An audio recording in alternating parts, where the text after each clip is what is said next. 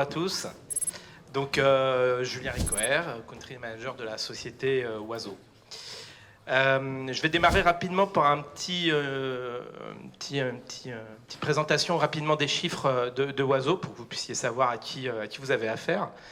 Donc Oiseau est une société créée en 2017 par deux personnes, Nicolas Marchal et Sylvain Boilly, qui sont toujours présents dans l'entreprise.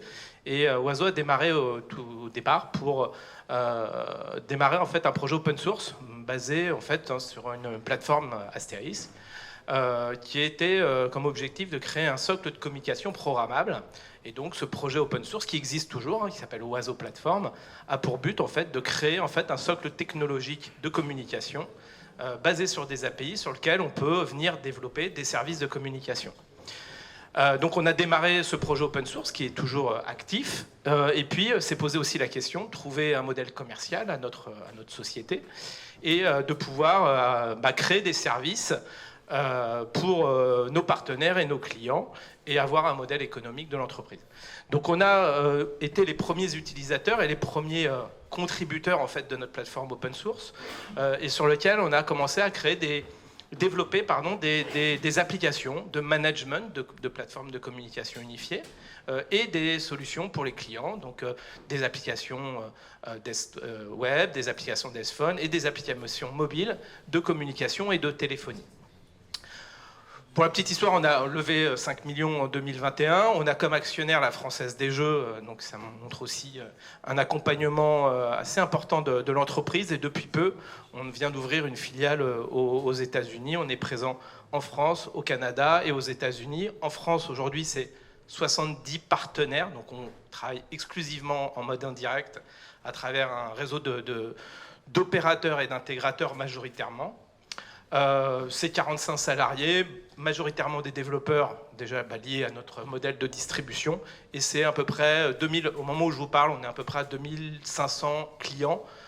Le slide n'est pas tout à fait à jour, mais à peu près 2500 clients qui utilisent la solution Oiseau. Ça va de la petite TPE à une grosse université, en passant par des entreprises privées. Donc on a un mix en fait en termes de clients et de taille qui est assez important. Comment est constituée notre offre? D'abord, elle s'appuie, comme je vous le disais, sur une structure et sur un projet open source qui s'appelle Oiseau Platform. Je ne vais pas vous faire un cours sur les avantages de l'open source. Je pense que vous êtes tous bien placés pour savoir les avantages. Sur lequel nous, on a développé un stack de communication complètement APIisé, donc qui permet aujourd'hui d'intégrer des applications de softphonie, du WebRTC, un certain nombre d'usages dans des applications métiers par exemple.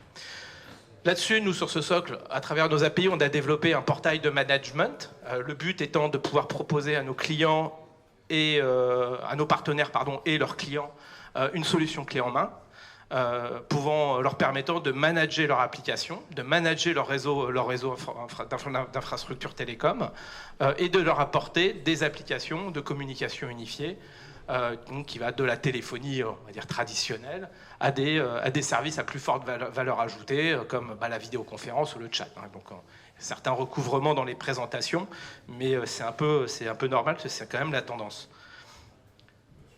Ce qu'il faut aussi retenir dans la brique entreprise, c'est qu'on propose une solution tout en un.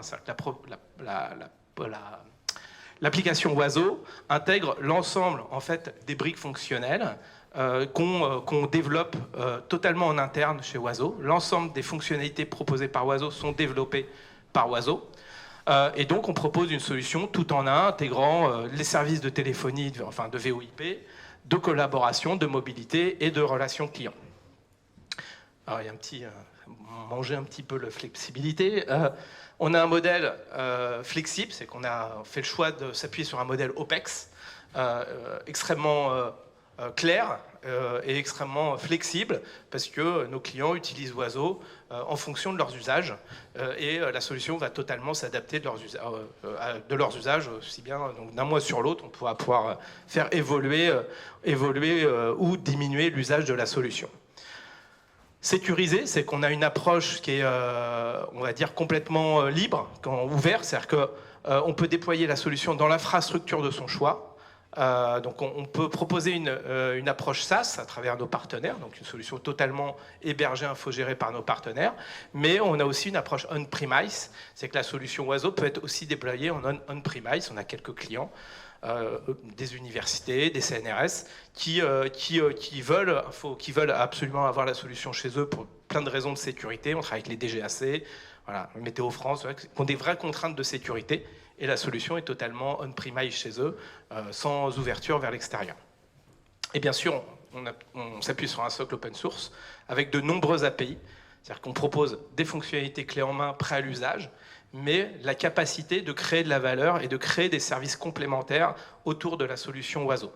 Donc ça peut être d'intégrer des services de communication directement dans des portails. On l'a fait pour un CNRS en Ile-de-France, où ils ont intégré des usages de gestion de leurs appels et de gestion de leur renvoi d'appels directement dans leurs applications à eux, sans passer par les applications Oiseau, par exemple. Donc nos API et l'ensemble des fonctionnalités qu'on propose sont accessibles aussi par API.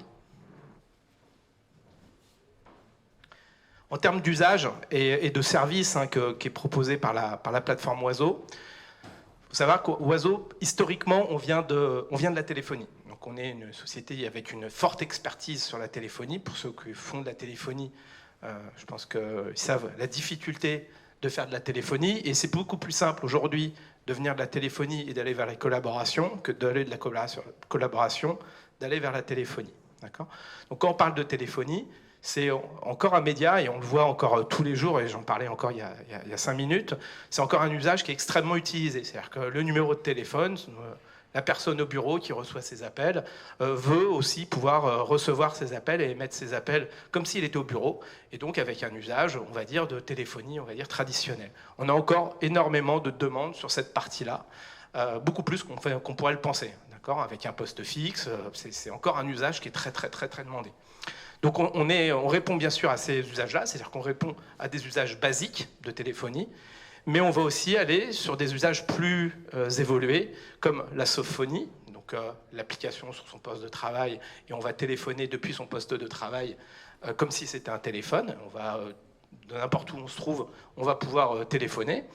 Mais bien évidemment, on a intégré les événements de type chat, conférence audio, vidéo. Je précise que la vidéo est une solution de vidéo développée par Oiseau et donc pleinement intégrée dans les outils et dans les applications Oiseau. Donc on a fait ce choix-là de pouvoir développer notre propre socle vidéo. C'était plus compliqué que mettre un Jitsi, mais on a une maîtrise de notre application de bout en bout en fait de la solution. Et bien évidemment, on a fait, pour être tout à fait complet, on a fait une intégration avec Bluemind pour avoir en fait une réponse complète sur la partie collaborative, de la voix jusqu'à la partie mail. Okay. En termes d'intégration Bluemind, donc on a plusieurs étapes. Hein. Donc la première chose qu'on a fait avec Bluemind pour répondre à des besoins, on va dire, immédiats, c'est qu'on a intégré directement le click-to-call dans l'application Bluemind, qui permet en fait de taper depuis le petit barre contact en haut, de taper le nom de la personne qu'on veut appeler. Si elle est dans les contacts Bluemind, le nom va remonter. De cliquer sur le petit téléphone et d'appeler directement la personne. Deuxième chose également qu'on a fait, c'est bien évidemment d'intégrer aussi ce click-to-call directement dans la fiche contact. Vous allez sur n'importe quel contact dans la fiche Bluemind et vous allez pouvoir téléphoner directement depuis la fiche Bluemind. Également, de ce qui est aujourd'hui déjà disponible, c'est la capacité de recevoir ces messages vocaux dans sa boîte mail. Donc, directement, vous recevez, lorsque quelqu'un vous laisse un message vocal, vous recevez un message avec un petit fichier web attaché pour pouvoir écouter votre message vocal. Ces deux-là, je viens de vous les présenter. Et deux choses, même voire une troisième là, qui est à venir, sur lequel nos équipes communes travaillent. Signaler la présence et donc avoir une interaction avec la présence Bluemind et la présence Oiseau. C'est-à-dire que quand je suis au téléphone, il va y avoir une interaction avec le présentiel de Bluemind et donc ça va informer les utilisateurs que vous êtes au téléphone. Donc avoir cette interaction sur le présentiel. Également, et dernier point, c'est l'intégration en fait, de l'agenda pour avoir aussi des événements sur le statut de présence et de pouvoir faire ces renvois d'appels directement en fonction de son statut. C'est-à-dire que voir dans votre agenda BlueMind que vous êtes en réunion, et automatiquement, quand on sait que vous êtes en réunion, on ne va pas vous transmettre l'appel, mais on va transmettre l'appel à votre messagerie vocale, par exemple, ou une personne tierce, ou voilà. Donc ça, c'est les points. Et il y a un autre point qui n'est pas indiqué là, mais je pense que c'est des sujets qu'on va aussi intégrer prochainement. C'est aussi l'intégration de la visio directement dans l'agenda. C'est-à-dire que depuis Oiseau, aujourd'hui, vous pouvez créer une conférence vidéo et vous pouvez l'intégrer directement dans un agenda. Aujourd'hui, je ne peux pas le faire encore avec BlueMind. J'espère qu'on va pouvoir le faire rapidement. Je vois Leslie qui se met là, c'est pas bon signe. Donc voilà, donc ça sur la partie vidéo. J'ai fini quasiment. Dernière chose, ça c'est juste pour... On a pas mal de référencement public, on est assez présent dans les environnements publics, on est présent à l'UGAP, on est présent au catalogue d'Inum. On a signé un protocole d'accord avec le groupe logiciel, donc on retrouve les universités, les centres de recherche et les grandes écoles entre autres. Et dans nos références, on a un nombre de références assez large en termes de public. Donc on a les universités, on a quelques CNRS, on a 2 nouvelles universités qui ne sont pas encore là, dont une qui est en cours de déploiement, c'est l'université de Franche-Comté. Voilà. Donc on a une présence assez large, ça va du retail au public jusqu'à des entreprises privées. Voilà.